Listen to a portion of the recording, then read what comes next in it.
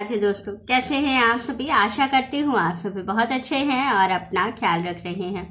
राधा रानी अपनी कृपा आप सब पर बनाए रखें। दोस्तों, आज हम बात करने वाले हैं चंद्र ग्रहण की, जो 3 मार्च को लग रहा है। और 3 मार्च को जो चंद्र ग्रहण लग रहा है, ये पूर्ण चंद्र ग्रहण है और ये भारत में पूरी तरह से दृश्यमान है, इसलिए इसका सूतक भी हमें लगेगा। तो इस बात का आप ध्यान रखें कि जो चंद्र ग्रहण है ये पूर्ण चंद्र ग्रहण है, यानी कि इसे रिंग ऑफ फायर भी कहा जा रहा है।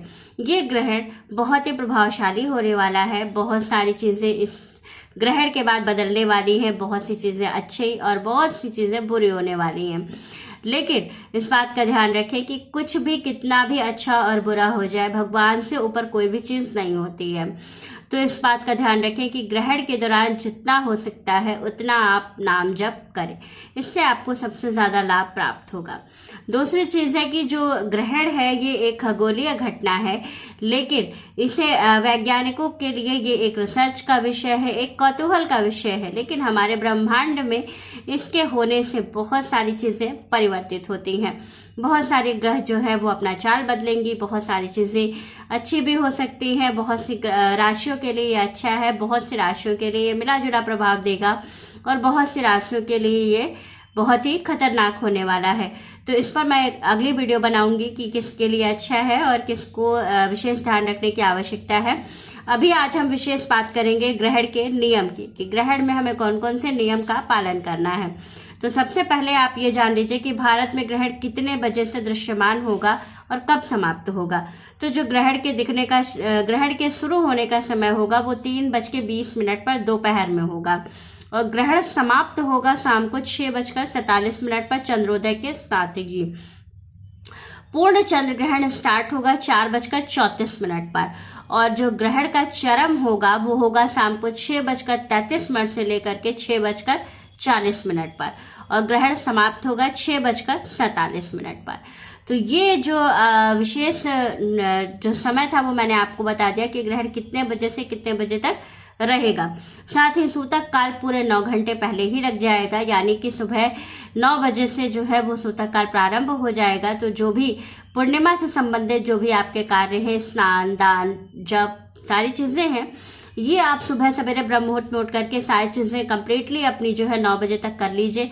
घर का जो मंदिर है, जो आपने घर में मंदिर स्थापित कर रखा है, जिन इष्ट की भी आप पूजा करते हैं, वहां पर पर्दा लगा दीजिए, मंदिर बढ़ा दीजिए, दरवाजे बंद कर दीजिए, ताकि भगवान के ऊपर ग्रहण की छाया न पड़ सके। तो इस बात का आप जरूर ध्यान रखें। दूसरी चीज है कि ग्रहण के नियम क्या होंगे, ये मैं हर बार बताती हूँ कि देखिए ग्रहण के नियम क्या होंगे। ग्रहण के दौरान हमें कुछ चीजों का विशेष ध्यान रखना होता है। कौन कौन सी चीजें हैं? तो सबसे पहली चीज है कि आपके घर में जितनी चीजें हैं, यानी कि जो लिक्विड सामान है, पानी में आप तुलसी या फिर कुछ डाल करके छोड़ दीजिए। पानी जो टंकी में हम लोग स्टोर करके रखते हैं उसमें कुछ ना कुछ आप डाल दीजिएगा। दूसरी चीज है कि बासी खाना बचा करके मत रखिएगा। कोशिश करें कि इतना बने कि खा के खत्म हो जाए, लेकिन फिर भी अगर घर में बच्चे हैं और खाना आपके पास बच रहा है, रख रहे हैं, तो उसमें आप कुछ या फिर तुलसी डाल करके ही रखिएगा। इस बात का विशेष ध्यान आप जरूर रखिएगा। जिस दिन ग्रहण है उस दिन कोशिश करिए कि तामसिक भोजन न घर में बनाइए और ना ही खाइएगा। तो इस बात का भी विशेष ध्यान आपको रखना है। दूध वगैरह अगर आपके घर में है तो उन सभी में आपको कुछ डाल देना है। अचार में ऐसा कुछ नहीं होता है। बहुत सारे लोग कहते हैं कि अचार में भी कुछ या तुलसी डालनी चाहिए, लेकिन जो क्षारीय सामान होता है उसमें डालने की आवश्यकता नहीं होती है।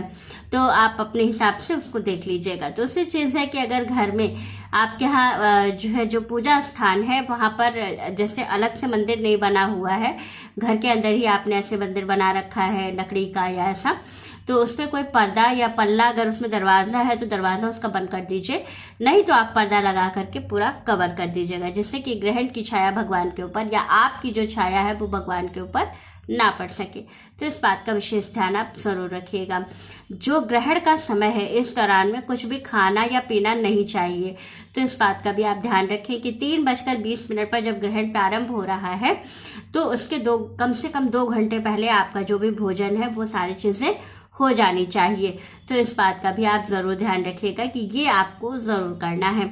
दूसरी चीज है कि जो क्योंकि होली है तो बहुत सारे लोगों के यहाँ पकवान इत्यादि बनाए जाते हैं, तो वो पहले से ही बना के रख लेते हैं। तो आपको क्या करना है कि जो भी चीज़ें आप बनाएं उन सभी में कुश डाल करके या तुलसी डाल करके ही अपने घर में रखें।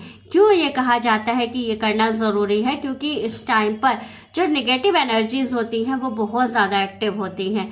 तो जो खाने पीने की चीज़ें होती हैं उन पर वो बहुत जल्दी आकर्षित होती हैं। इसलिए कहा जाता है कि जब ग्रहण का समय, ग्रहण लगने वाला हो, तो उसके पहले जब हम पवित्र अवस्था में हैं तभी हमें तुलसी या फिर कुश जो है वो सारी चीज़ों में डाल देना चाहिए।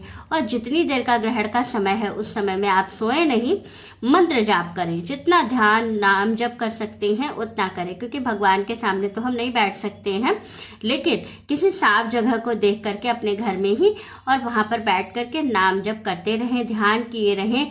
और विशेष रूप से जिन भी इष्ट को हम मानते हैं उनकी हम विशेष आराधना मन ही मन करते रहें। तो इससे हमें पूर्ण फल की प्राप्ति होती है। साथ ही कितना भी ग्रहण का प्रभाव हमारे ऊपर नेगेटिव पड़ने वाला हो, लेकिन अगर हम अपने कर्म अच्छे रखते हैं, इस दौरान हम अच्छे से सारी चीजें करते हैं और नियम का पालन करते हैं, तो हमारा भाग्य कितना भी विपरीत होगा, कितना भी हमारे ग्रहों की चाल गलत होगी, लेकिन फिर भी हमें उसका बहुत ज्यादा कोई प्रभाव हमारे ऊपर नहीं पड़ेगा, क्योंकि ईश्वर से बढ़कर के कुछ भी नहीं होता है। दूसरी चीज है कि इस दिन आपको क्या करना है, जब ग्रहण समाप्त हो जाए 6:47 पर, तब आपको गंगाजल मिश्रित जल से स्नान करना है। स्नान करने के बाद पूरे घर की सफाई कीजिए, घर में पूरे गंगाजल का छिड़काव कीजिएगा और साथ ही भगवान का मंदिर खोल करके भगवान को स्नान इत्यादि कराने के बाद साफ वस्त्र नए पहना दें। क्योंकि दूसरे दिन होली भी है, तो आप फिर उसके बाद से भगवान को स्नान वगैरह करा के साफ वस्त्र पहना दें और उसके बाद से भगवान की भोग और आरती कर लें। और क्या करें कि घर के जो मुख्य द्वार है वहां पर थोड़ा सा पानी का छिड़काव करने के बाद वहां पर आपको एक दीपक जला देना है, नीचे चावल का आसन दे करके। इससे क्या होगा कि जितनी भी निगेटिविटी अगर हमारे घर के आसपास आई होगी तो उसका कोई प्रभाव हमारे जो ग्रह दोष है या जो सारी चीजें हैं उस पर नहीं पड़ेगा। दूसरी चीज है कि घर की साफ सफाई करने के बाद, घर में दीपक जलाने के बाद अपने घर में साफ और पवित्र भोजन बनाएं, यानी कि शुद्ध और सात्विक भोजन बना करके भगवान को भोग लगाएं और उसके बाद से उसी भोग को ग्रहण करके अपना जो पूरे दिन का ग्रहण का है उससे भगवान से उसके लिए क्षमा प्रार्थना करें कि भगवान अगर हमसे इस दौरान कोई भूल चूक हुई है तो हमें माफ करिएगा और हमारे ऊपर कोई ऐसा निगेटिव प्रभाव ना पड़े। तो इस बात का जरूर ध्यान रखें और इसके बाद किसी जरूरतमंद को दान जरूर करें। तो चंद्रमा से संबंधित जो भी चीजें होती हैं उनका दान आप जरूर कीजिएगा, बहुत ज्यादा पुण्य फल की प्राप्ति आपको होगी। तो ये सारे नियम हैं, इन नियमों का पालन करते हुए अगर आप चंद्र ग्रहण में सभी नियमों का पालन करते हैं तो आपके ऊपर कोई भी निगेटिव प्रभाव नहीं पड़ेगा। बाकी राशियों के लिए है, मैं उस पर एक अगली वीडियो जरूर बनाऊंगी। अगर आपको चाहिए तो आप हमें कमेंट जरूर कीजिएगा। वीडियो अच्छी लगे तो लाइक, शेयर और सब्सक्राइब जरूर कीजिएगा। राधे राधे दोस्तों।